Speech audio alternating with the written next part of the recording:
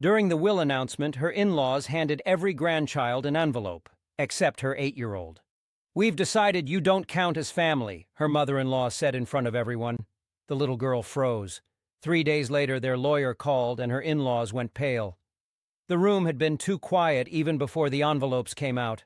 Not respectful quiet, not ceremonial quiet, tense quiet, hostile quiet. The kind of quiet where everyone knows something ugly is about to happen except the one person it's going to hit hardest. Maya, Amy's daughter, her 8-year-old who still believed grown-ups meant what they said, bounced in her chair, excited, completely unaware that her place in this family was about to be publicly erased. Her husband, Logan, sat beside her, watching his parents with the same wary calm he always had around them, like someone handling unstable chemicals and praying today wouldn't be the day something exploded. His mother, Marilyn, stood at the head of the long dining table, hands folded. His father, Harold, sat stiffly beside her, wearing his usual expression of "I'm judging everyone here and also the furniture." Logan's sister, Vanessa, perched on a chair like she was waiting for her spotlight. His older brother, Grant, was pretending not to be uncomfortable. Even Kelly, Logan's ex, was there, with their teenage son Caleb slouched beside her, visibly bored. And then there was Maya, their sweet, hopeful little girl, practically glowing. Because to her, this wasn't a family legacy ceremony or a will announcement. It was a day where she got to be with cousins, hear nice things, and feel included. She'd even worn her favorite yellow dress, because yellow is happy, Mommy. Amy wished she could have wrapped her in armor. Marilyn cleared her throat. "Now that everyone's here," she said, smiling the kind of smile that never reached her eyes, "we'd like to begin." A small stack of envelopes sat in front of her. Two types: large cream envelopes for the adults, colorful, decorated envelopes for the kids. The children were supposed to open theirs out loud, the cute kid version, filled with sentimental notes, old photos, and "We love you so much" messages. The adults were told to read theirs privately at home. It was all very performative, very Marilyn. The first child was called forward. She opened her little envelope, giggled, read out a message about how she was Grandma's sunshine and Grandpa's pride, and everyone clapped politely. Then the next child, and the next, and the next. Every kid had their moment. Except Maya. Maya sat up straighter every time Marilyn reached for another envelope. Her smile got wider. She kept brushing her dress flat, making sure she was ready. And then, Marilyn skipped her, right over her, like Maya wasn't even sitting there. She handed an envelope to the next cousin, and the next. Maya's smile wavered, but she stayed hopeful, because she was 8, and 8-year-olds believed in fairness the way they believed in gravity. Eventually, every cousin had opened their envelope. Every child had heard their loving message, and Maya sat with empty hands. Finally, Marilyn turned to her. Soft voice, soft smile, the kind of softness people use right before pulling the rug out from under you. "Oh, honey," she cooed, "I know you've been waiting." Maya beamed, for a heartbeat. Then Marilyn added, still in that syrupy tone, "We've talked about this a lot, and we hope you understand, but we've decided you don't count as family." The words dropped like a guillotine. Maya stopped breathing. Her hands curled into her dress.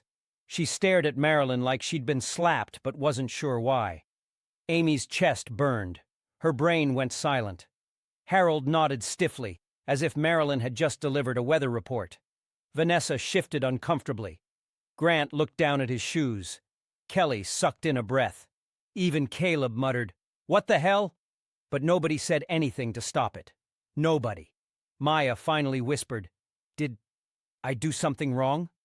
That sound, that tiny, shaking sound, would haunt Amy forever.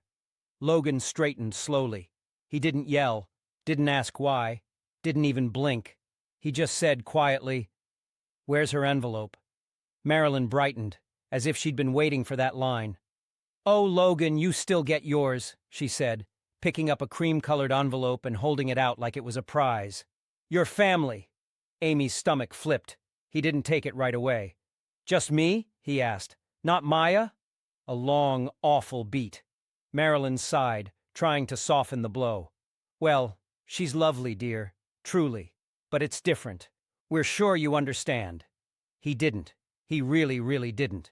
But he reached out, slowly, and took the envelope. Maya watched his hand like it was deciding her fate. Logan stared at the envelope, then at her.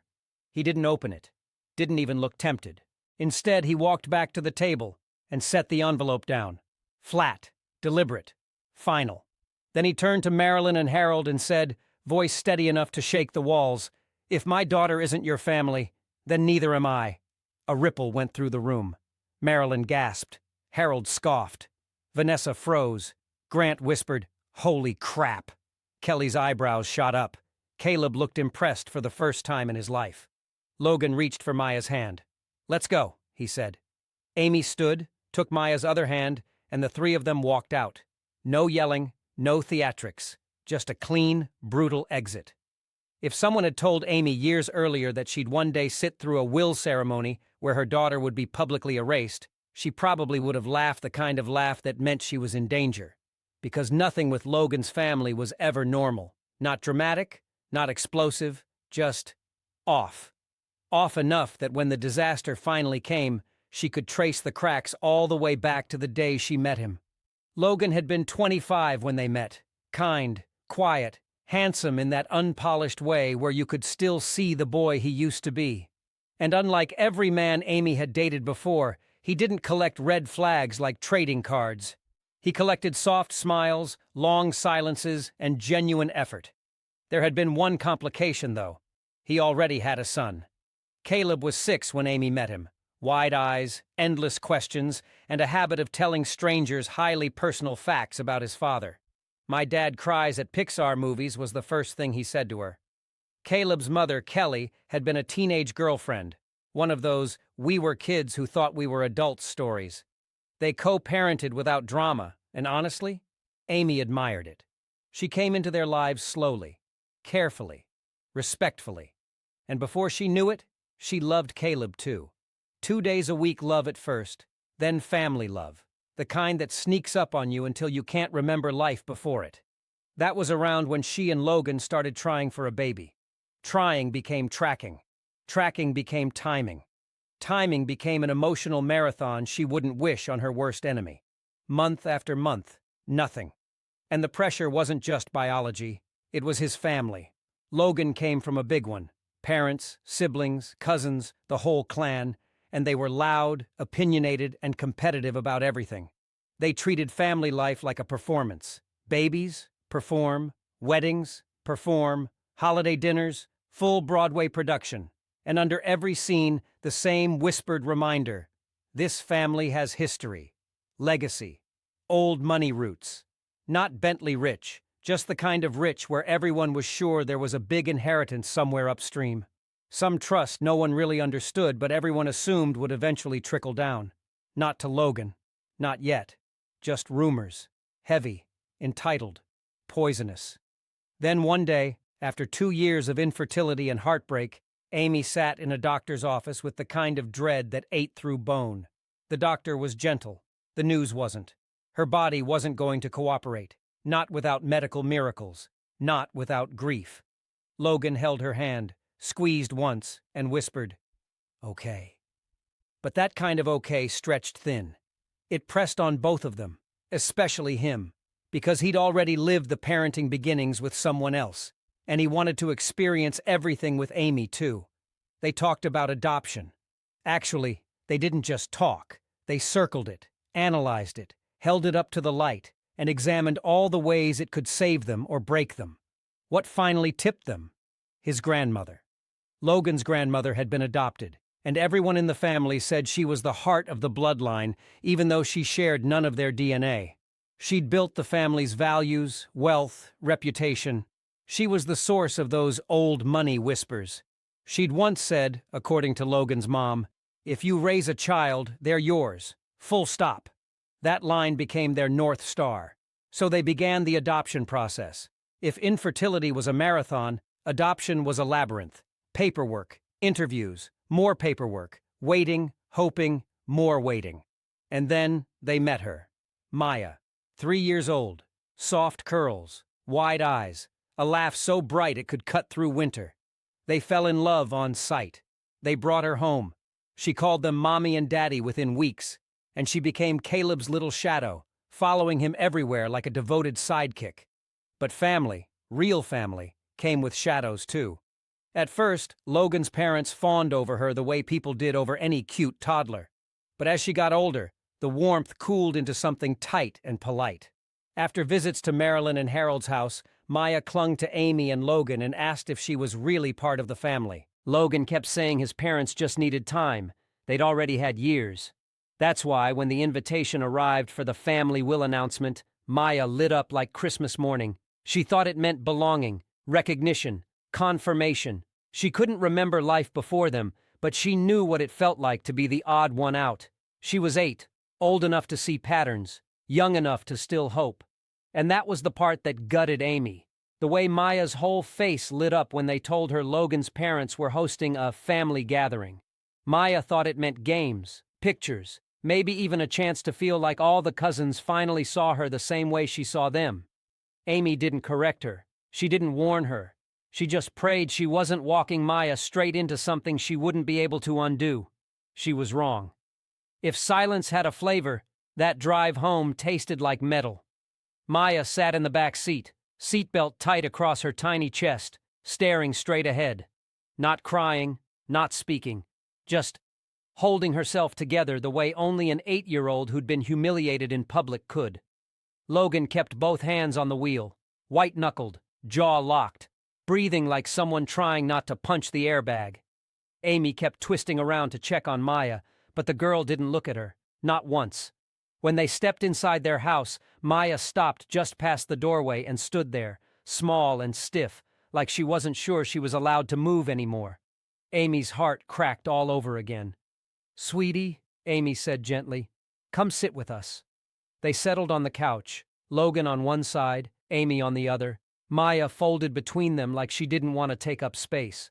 After a long moment, Maya whispered, Did you lose money because of me?" That one hit Amy so hard she actually flinched. Logan blinked like he'd been slapped. "What?" he said softly. "Where did you get that idea?" "You left your envelope," Maya murmured. "Everyone got something. And I didn't. So maybe you lost yours too, because of me."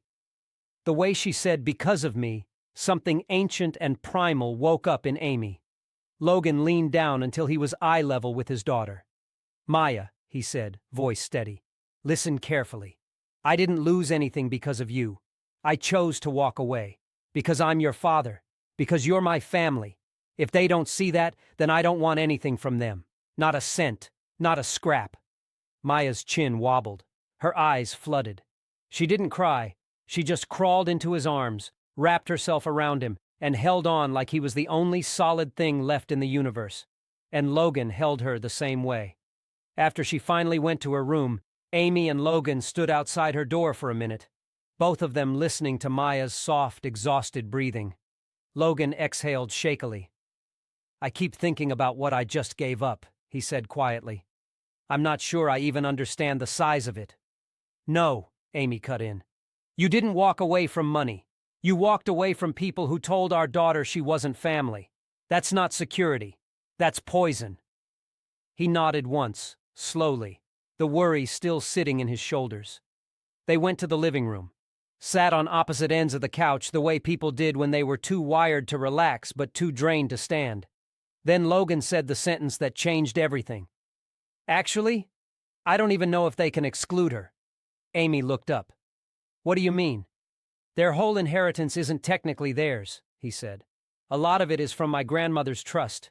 She set it up years ago, multi-generational, structured. She was adopted, remember? She would have never made a distinction between biological or adopted grandchildren. And trusts aren't like normal inheritance. There are rules." Amy's pulse kicked up. "Do you have the documents?" she asked. He shook his head. "No, they kept everything. I've never seen the trust paperwork." "Then we need a lawyer," Amy said. "ASAP." The next morning they sat across from Miss Harper, a calm, steel-spined attorney with the kind of expression that suggested she'd seen 3 divorces, 2 fraud cases, and several midlife crises before her first coffee. When Logan explained what had happened, she didn't blink. "You're a beneficiary," she said. "Legally, you're entitled to full documentation of the trust. They can't hide it from you." "So we can get the papers?" Amy asked. "We can demand the papers," Miss Harper corrected. She drafted the request, notarized it, and sent it that same afternoon. And that was when the storm hit. By the next morning, the letter had been delivered. And less than an hour after that, Logan's phone rang. His parents' number lit up the screen like a warning flare. He answered on speaker. Harold's voice exploded through the phone. "How dare you send a lawyer after us? You humiliated us in front of everyone," Marilyn shrieked. "And now you want the money? After walking out?" Logan didn't raise his voice. He didn't apologize. He didn't justify. He simply said, "I want what my grandmother intended. Nothing more, nothing less." "You don't deserve it," Marilyn snapped. "Not after abandoning your family for that girl." Logan hung up. Just hung up. No speech, no anger. Just a clean, lethal click. 3 days later, Miss Harper called. "They sent over the trust packet," she said. "You'll want to see this in person." They didn't talk much on the drive. There wasn't anything to say. Every nerve in Amy's body felt like a lit fuse. Miss Harper's office was quiet, the expensive, soundproof kind of quiet. She closed the door behind them, sat, and pulled a thick binder onto the desk. Plastic sleeves, aged paper, wax seals, signatures from people long gone. "Here," she said, flipping to a tab marked in fading ink. They leaned in. There it was. "Grandchildren shall each receive equal shares." Not biological grandchildren. Not bloodline grandchildren. Just grandchildren. Logan exhaled like someone had been sitting on his lungs. "So Maya counts," he murmured. Miss Harper nodded. "Legally, yes." She turned another page, scanning. Her eyebrows pinched. "Hold on," she said softly. "There's a notation here." She slid the binder toward them and tapped a line handwritten in the margin. Older ink. Familiar handwriting. "For avoidance of doubt, grandchildren includes all legally adopted descendants." A chill crawled up Amy's spine. "That's," Logan whispered, "my grandmother's handwriting." Miss Harper nodded again. She was very explicit, which makes what they did curious. Curious. That word carried weight. Too much weight. Amy asked, "Is that enough to file?" "In theory, yes," Miss Harper said. "But I want to examine the rest before we act. This trust is large, complex, and—" She stopped. Her finger hovered over a different section. Then she looked up at Logan, slowly. "Logan, did your parents ever transfer any trust distributions to you? At any age?" He blinked. "No, why?" She tapped the page again.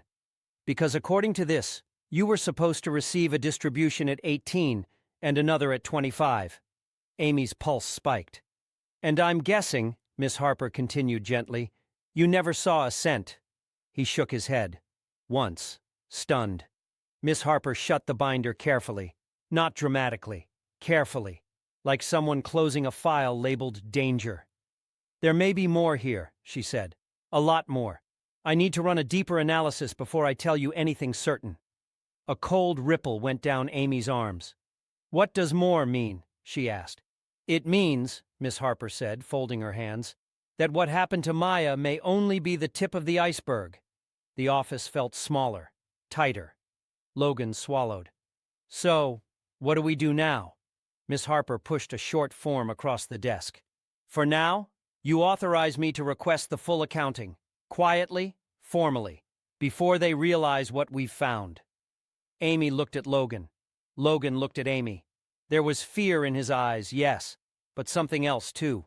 Resolve, fatherhood, a different kind of inheritance. "Do it," Amy said. They signed, ink on paper, fast, final, irreversible. Miss Harper gathered the binder. "I'll be in touch as soon as I have the full picture." She paused. "And Amy?" "Yes? Prepare yourselves. Whatever's under this surface, people don't hide things unless the truth is worse." They stepped out into the hallway, the door clicking shut behind them. Logan exhaled shakily. "That didn't sound good." "It wasn't meant to," Amy said. They walked toward the elevator, the fluorescent lights humming above them. Amy could feel it. Something shifting under their feet. Something big. Bigger than Maya's envelope. Bigger than the insult. Bigger than anything that had already blown up. Whatever was coming, they hadn't even seen the first crack. Days went by without a word from Marilyn and Harold. Maya colored at the table but jumped at every car outside. Logan and Amy flinched at every buzz on their phones.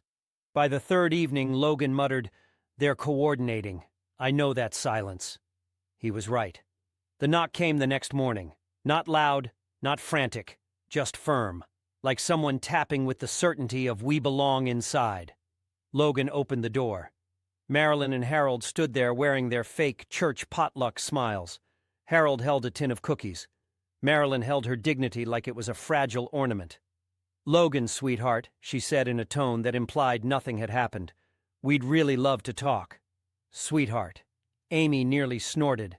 They let them in, mostly because shock was a physical force. Marilyn and Harold sat on their couch like they were hosting them.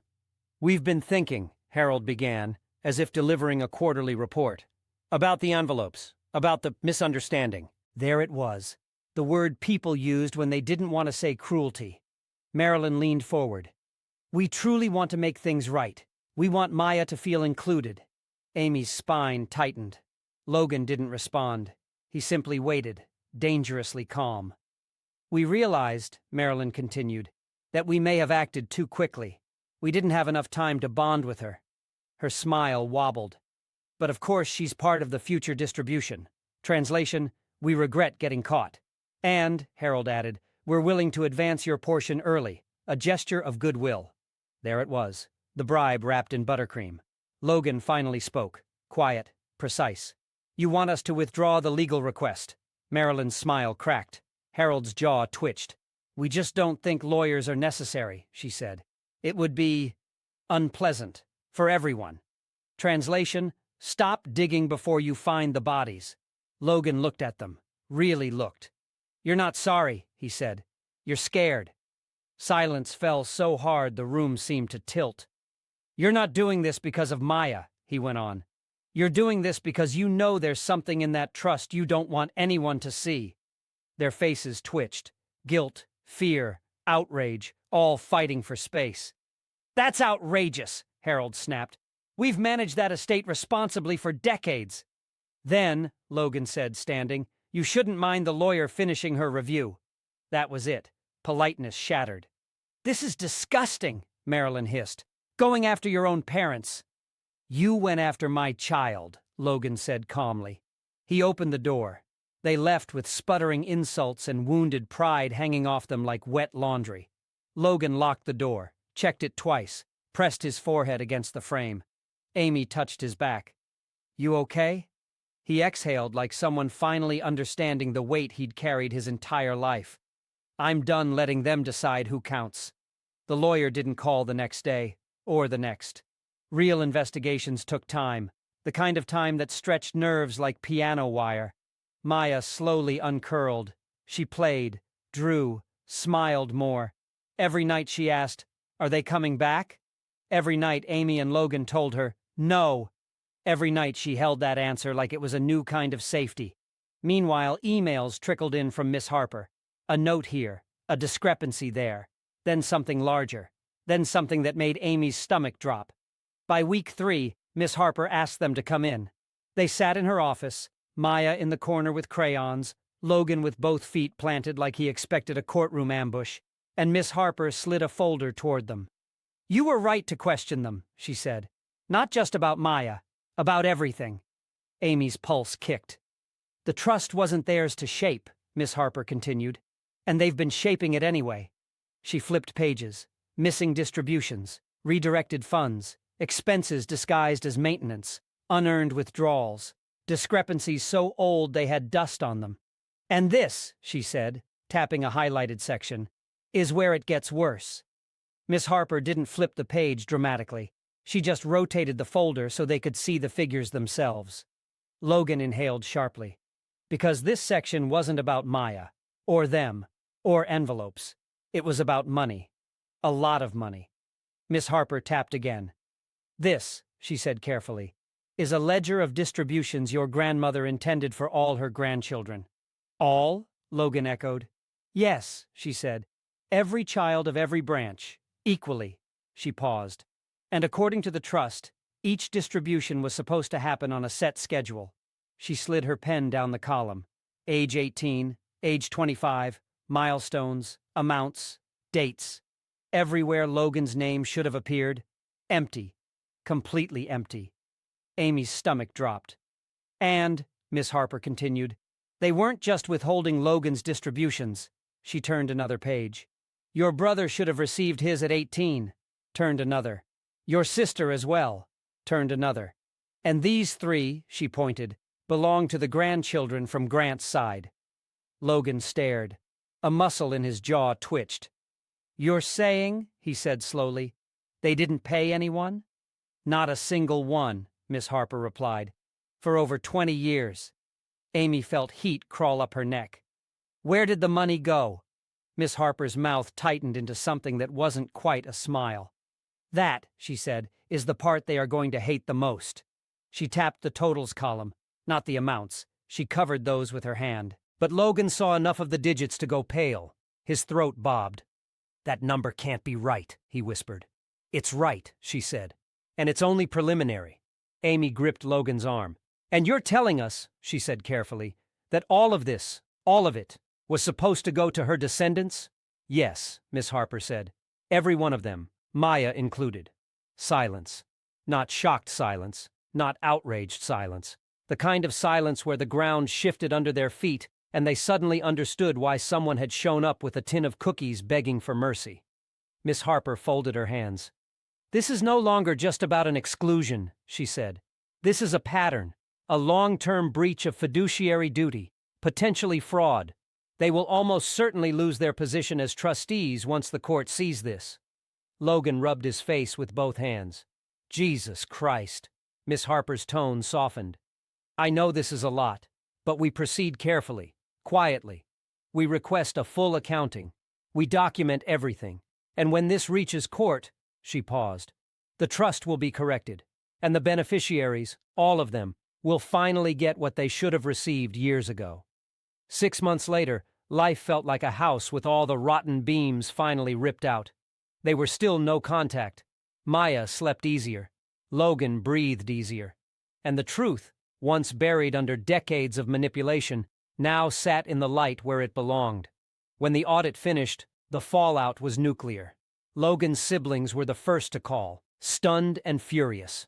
For years, every gift Marilyn and Harold had bragged about giving had actually come from the family trust, and they'd quietly pocketed the majority of what each grandchild was supposed to receive. Mandatory distributions had been disguised as generosity. Everyone had been shorted, not just Maya. The court's ruling was brutal and clean. The original family trust was dissolved. Individual sub-trusts were created for each grandchild. Logan was named trustee for Maya's sub-trust. The other siblings became trustees for their own children. Then came the accounting. Logan's share, approx. $746,000, now fully paid out. Maya's new trust should have held around $472,000. It had $181,000. The missing money, spent by Marilyn and Harold. And Maya wasn't the only grandchild whose trust came up short. So the court ordered the only thing fair. Every spare dollar of Marilyn and Harold's pension was now garnished and divided across all the grandchildren's trusts, including Maya's, until the shortfalls were repaid. They sold their house, downsized to a tiny rental, and every month the family members they'd mistreated received what was owed all along. As for Amy, Logan, and Maya, they were finally free. So what do you think? Did they go too far or not far enough? Let the narrator know in the comments and subscribe for more.